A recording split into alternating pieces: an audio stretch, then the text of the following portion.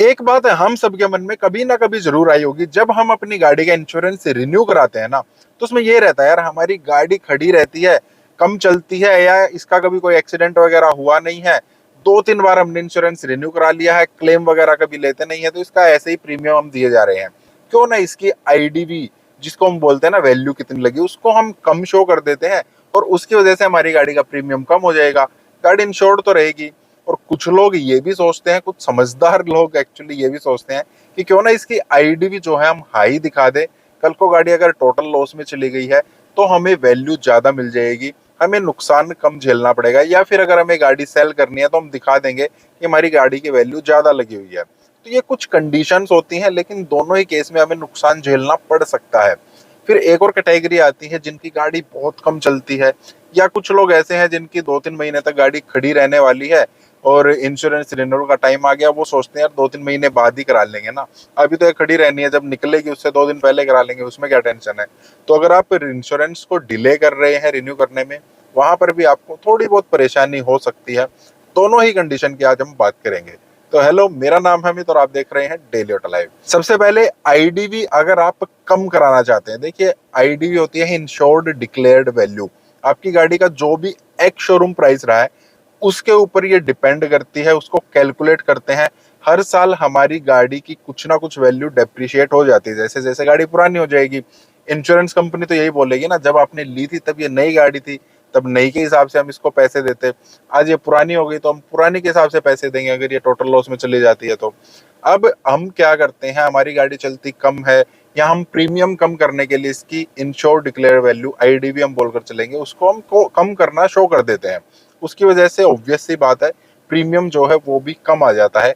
लेकिन यहाँ पर हम बड़ी गलती कर रहे हैं, पैसे कम करने के लिए हमने आईडीवी कम तो कर दी है। अब देखिए होता क्या है, कोई भी गाड़ी जब पुरानी होती जाती है, गवर्नमेंट की तरफ से नॉर्म्स बने हुए हैं कि पहले 5 साल तक उसकी जो वैल्यू है वो डेप्रिशिएट इस तरीके से होगी, 5%, 15%, 20%, 30%, 40%। और जब वो 5 साल पुरानी हो जाएगी तो उसकी वैल्यू 50% कम हो जाएगी। कोई गाड़ी जिसकी एक्स शोरूम प्राइस से 10 लाख रुपए है, 5 साल के बाद 50% लेस होकर वो 5 लाख रुपए ही रह जाती है। 3 साल के बाद 30% लेस होकर और 7 लाख रुपए रह जाती है। तो हम क्या सोचते हैं यार, 2 साल हो गए हैं, अब इसको हम और ज्यादा थोड़ी सी कम कर देते हैं, इसकी वैल्यू जो है ना 5 लाख रुपए हम लगवा लेते हैं।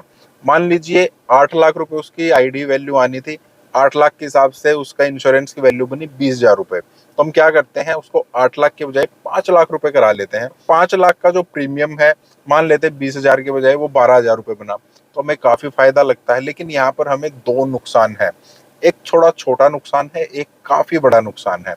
छोटा नुकसान क्या हो सकता है, चांस की बात है, ये बड़ा भी हो सकता है। चांस की बात है, आपकी गाड़ी टोटल लॉस में चली गई।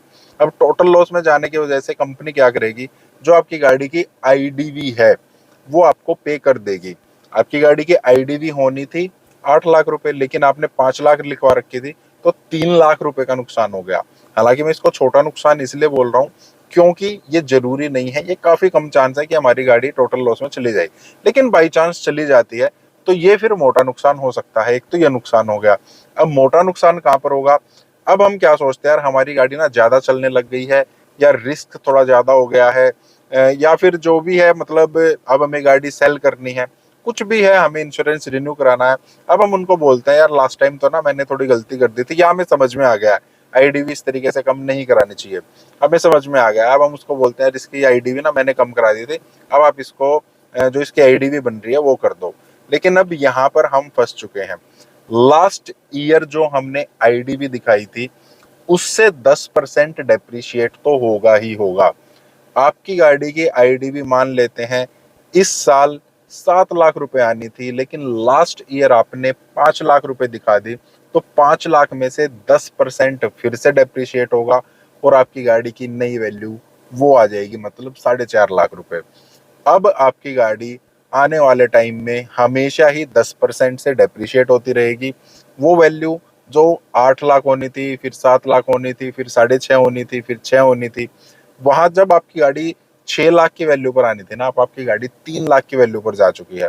और अब रिस्क जो है बड़ा हो गया है, क्योंकि तब 1 साल में डैमेज, टोटल डैमेज गाड़ी होने में आपको नुकसान हो सकता था, अब पूरी जिंदगी में कभी भी आपकी गाड़ी अगर डैमेज हो गई है, टोटल लॉस में चली गई है, तो आपको आईडीवी हमेशा कम ही मिलेगी। आप अपनी गाड़ी को कभी भी सेल करने जा रहे हैं, उसमें आईडीवी जो वैल्यू बोलते हैं हम, हमेशा उसमें कम शो होगी। कभी भी कोई भी आपने कर दिया एक छोटी सी गलती, किसी भी एक साल में आपने आईडीवी कम शो कर दी है, वो कभी भी वापस रिस्टोर नहीं हो सकती है, वो हमेशा कम ही रहेगी और ये नुकसान आपको हमेशा ही रहने वाला है। फिर हम सोचते हैं चलो यार आईडीवी ना कम नहीं कराते तो ज्यादा तो करा सकते हैं ना, चलो हम ज्यादा प्रीमियम दे देंगे। 20,000 आना था हमारा प्रीमियम, हम 10 लाख की आईडीवी दिखा देते हैं अपनी गाड़ी को, हर बार 10 लाख आईडीवी रखेंगे, गाड़ी पुरानी तो होती जाएगी लेकिन मेरे को कोई नुकसान नहीं होएगा। अगर टोटल लॉस में चली गई तो पैसे पूरे आ जाएंगे, मैं हर साल 10,000 रुपये एक्स्ट्रा देने को तैयार हूँ। 20,000 प्रीमियम आना था, अब मेरा 30,000 आ जाएगा, कोई बात नहीं। यहाँ पर भी हम चतुराई तो दिखा रहे हैं लेकिन कोई फायदा नहीं है। गवर्नमेंट की तरफ से नॉर्म्स हैं, ये चीज हमेशा कम होनी ही होनी है। मान लेते हैं आपकी गाड़ी टोटल लॉस में चली गई, कंपनी क्या देखेगी, इंश्योरेंस कंपनी जब उसको आपको क्लेम देना है तो क्या देखेंगे, इसकी डेप्रिशिएट जो वैल्यू है वो इतनी होनी थी। मान लेते हैं तीसरे साल में वो डैमेज हो गई है, आपने 10 लाख के हिसाब से प्रीमियम भरा था, आपकी आईडीवी इस टाइम होनी थी 7 लाख रुपए, आपने 10 लाख रुपए शो करके उसके हिसाब से प्रीमियम दे दिया, तो वो आपको 7 लाख रुपए ही देंगे, ज्यादा नहीं देंगे। और जो आपने एक्स्ट्रा प्रीमियम दिया है ना, वो एक्स्ट्रा प्रीमियम आपको रिटर्न कर देंगे, मतलब 10,000 रुपये आपको वापस कर देंगे।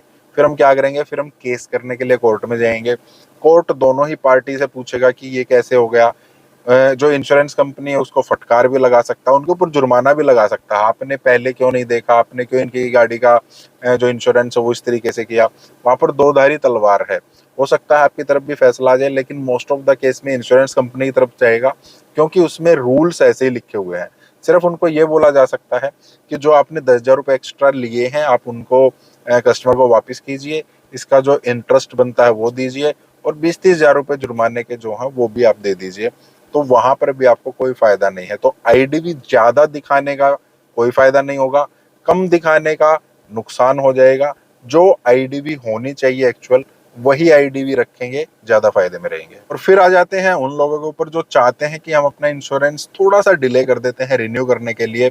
मान लेते हैं आज आपका इंश्योरेंस एक्सपायर होना था, अब आप सोच रहे हैं 1 महीना 2 महीने 3 महीने के बाद हम इसको रिन्यू करा लेंगे। अब वहां पर आपने एक टर्म देखी होगी, एनसीबी, नो क्लेम बोनस। अगर आप हर साल इंश्योरेंस आप अपनी गाड़ी का कराते हैं, कोई क्लेम नहीं लेते हैं, तो आपको कुछ परसेंट नेक्स्ट रिन्यूअल में छूट मिल जाती है।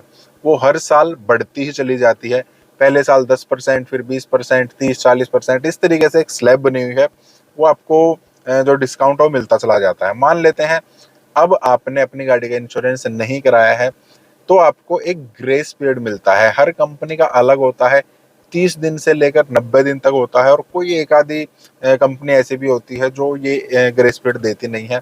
तो वहां पर आपको एनसीबी तो मिल सकता है। मान लेते हैं आपने 1 महीने के बाद इंश्योरेंस रिन्यू कराया, एनसीबी आपको प्रॉपर मिल जाएगा आपका जो चल रहा है। लेकिन अगर आपने 3 महीने के बाद इंश्योरेंस रिन्यू कराया तो वो नुकसान आपका हो जाएगा, आपको एनसीबी नहीं मिलेगा। मान लेते हैं आपको एनसीबी इस बार 3,000 रुपये की छूट मिलनी थी, 3 महीने बाद आपने रिन्यू कराया, तो आपकी गाड़ी का कोई भी एनसीबी, मतलब 3,000 रुपये आपको एक्स्ट्रा पे करने पड़ेंगे।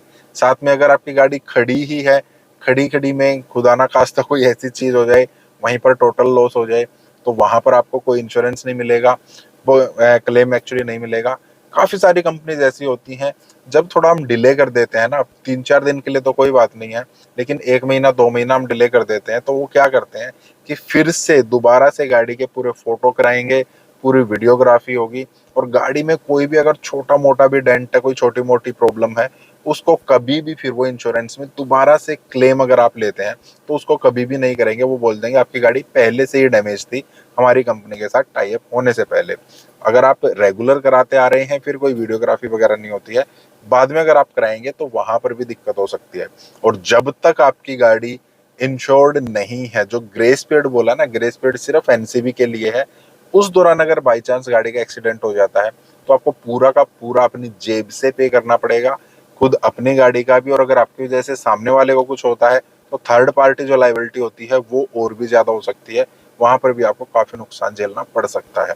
तो हर चीज को टाइम पर कराइए, इंश्योरेंस को टाइम पर कराइए, रिन्यू कराइए, वहां पर भी आपको फायदा ही रहेगा, नुकसान कुछ भी नहीं है। बाकी अगर आप कुछ पूछना चाहते हैं इनके बारे में, आप कमेंट कर सकते हैं इस टाइप के वीडियोस के लिए। आप वीडियो को लाइक करना, चैनल को सब्सक्राइब करना है। मिलते हैं नेक्स्ट वीडियो में। Thank you, bye bye.